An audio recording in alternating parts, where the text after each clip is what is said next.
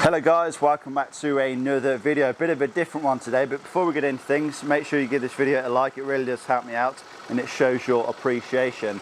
Now then, I have my good friend Matt's BMW F20 116D here with the B47 engine. Now in this video I'm going to be doing a complete oil and filter change, and it's going to be interesting because I've never actually worked on a B47 engine before. Obviously I've done a whole bunch of work which is well documented on my channel on the previous N47, but it's going to be interesting to see if there is, you know, any differences between this and, like I said, the previous N47. So I have the engine running now, just getting the oil nice and warm. Of course you want the oil to be nice and hot when you are doing an oil change, just so it flows a lot better. But yeah, the engine's been running for about 10 or 15 minutes or so now, and yeah, as you can see, the car is up in the air on some ramps. So what are we going to be using today then? We're going to be using a Bosch oil filter. When it comes to oil filters, I only recommend Bosch, Marley or MAN. Now with the oil, we're not using some Tool Zone oil, don't worry, this is just a jug. We have Manol 7908, that's the product code, and it is 5W30LL04 spec. I use this in pretty much all of my cars, never had an issue, and it seems to work quite well. So yeah, I think without further ado, we'll get the engine switched off because it should be up to temperature now, and then we can begin draining the oil. Just quickly before I do drain the oil, let me just show you how loose this engine cover is. It's literally only held on, I think, by one rubber bung. So there is two intact, but this one's a little bit chewed up, and the rear ones, no idea what happened to them. I don't know if they just disintegrated or if somebody destroyed them in the past or what, but yeah, I don't even know how that happened. So we may look at getting some new rubber bungs in the future, because this is just going to be flapping around. You're going to get all sorts of vibrations and knocking noises, and yeah, it's just not going to be fun. I do like how on these newer diesel engines, so how the rocker cover itself is covered by this foam insulation. It just means that no water or anything can get down into the injector wells and, you know, start rusting them out. So yeah, I'm quite a big fan of this, and obviously it should in theory stop or at least minimize vibrations and things like that as well. But I guess a drawback could be that it's just another thing, yet another thing to remove whenever you want to do any work on these things. But it is what it is. There's always going to be drawbacks and positives of you know, new and improved designs. But yeah, the oil filter itself is located here. I'm going to guess that that is a 18mm nut. I'm talking absolute nonsense. It's a 27mm nut to crack loose.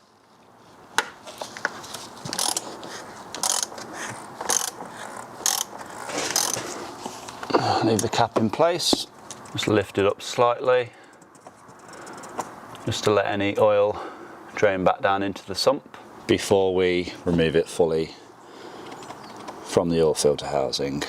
The one thing I will say, these B47 oil filters are a lot smaller compared to the N47 oil filters.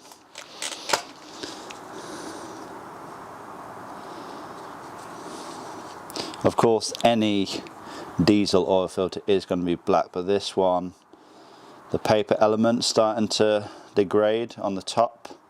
It's getting a little bit mushy, so don't know when the last time this had a service was. I think it's before he actually bought the car, which I think was about 10,000 miles ago or so. Yeah, I can't see any huge chunks in here, which is always a good sign, of course. Just going to drop the oil filter housing cap back in place temporarily, just while we drain the oil itself. Okay, so coming underneath the car then, first thing that's good to see is just how well these undercarriages are protected. So many under trays on here, which is obviously going to help against rust and things like that. Now, when it comes to accessing the oil drain plug, I can only imagine it is through that flap there. Yep, so you just have to rotate this plastic screw here, and you can fold down this flap. As we can see, the oil drain plug there. This takes a 17mm socket. Yep. Okay, so I've cracked it loose. I just need to remove it fully.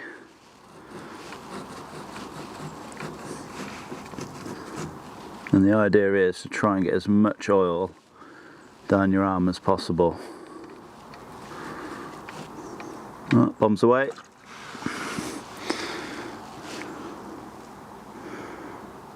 Isn't too bad actually. And while it's draining away, I just like to release the oil filler cap. And then also remove the dipstick as well for cleaning, along with the oil filter housing cap. So it's time to get all these ready now, so I'll just remove the original crush washer from the drain plug and then remove the seal from the oil filter housing cap. There we are. I'm just going to give these a good clean up.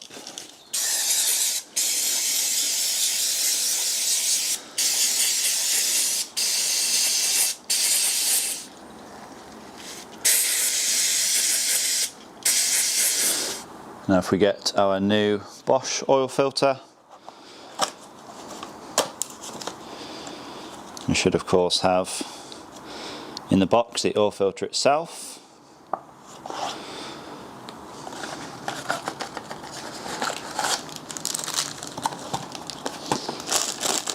which the oil filter itself comes with an O-ring already on the bottom here on this tab. And we also have a new crush washer and a new seal for the oil filter housing cap. So new crush washer can go on the oil drain plug. Yeah. And the new oil filter housing cap sealing ring, dipped in some oil. This can go on the cap itself. There we are. Make sure it's in the correct groove. Otherwise you're going to have a massive oil leak.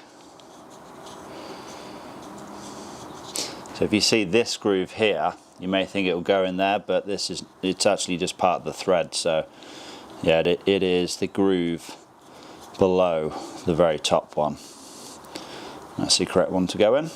So we can now just install the new oil filter to the cap. It should click in place. There we are, just clicked in place. That's fully seated now.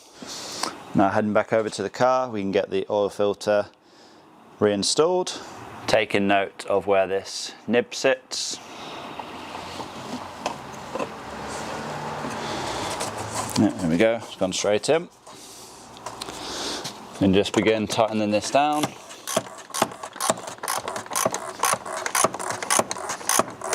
Before torquing it down.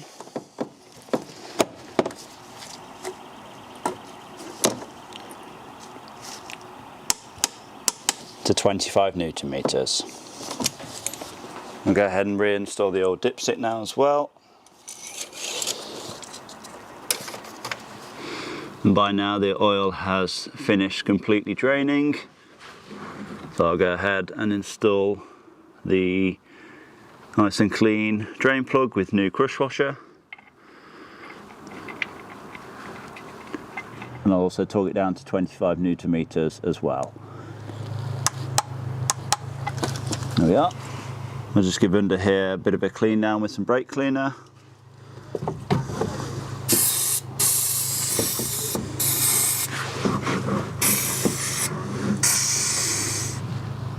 Before reinstalling this flap. There we are. Now I'm not exactly sure how much these 1.5 litre variants hold. I know the 2 litre variants hold around 5.5 litres. If I had to guess, it would be between 4 and 4.5 litres.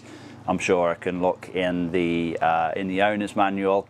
But I'm just going to fill it up until we're on the dipstick, and then obviously we can get the car back on the ground and yeah, start the engine up, get the oil circulating, get it to the oil filter housing itself, and obviously keep topping up till we get to the max. So in here we have 4.5 litres.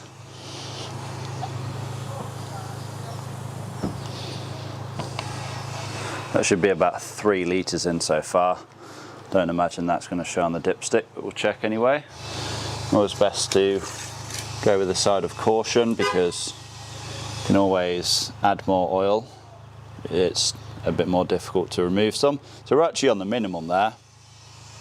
So I'm going to add another litre and we'll be good to start. We should be at around the max mark then. And then we'll be good to start. We'll get the car on the ground and yeah, then obviously top up where required.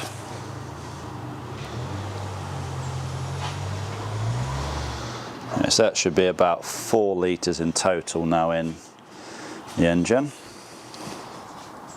And yeah, just as I expected, right on the maximum mark now. And now we can start the car up and get it down on the ground.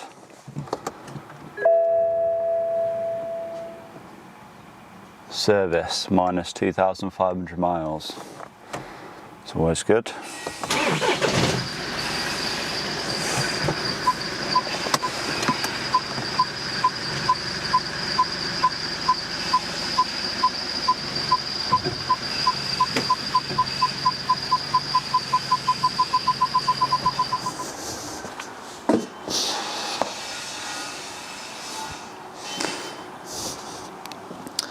I guess there is remnants of one of those rubber bungs I was talking about earlier that's missing on the engine tray, or the engine cover rather.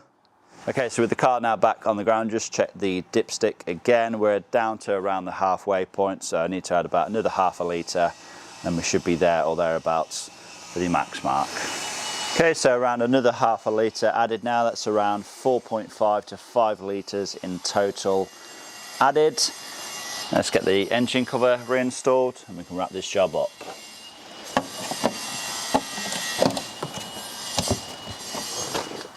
Okay, so oil and filter change now done. So let's reset the service interval. So ignition on.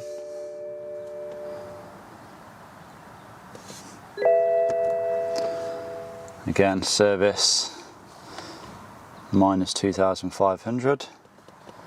Just hold down the trip odometer reset button.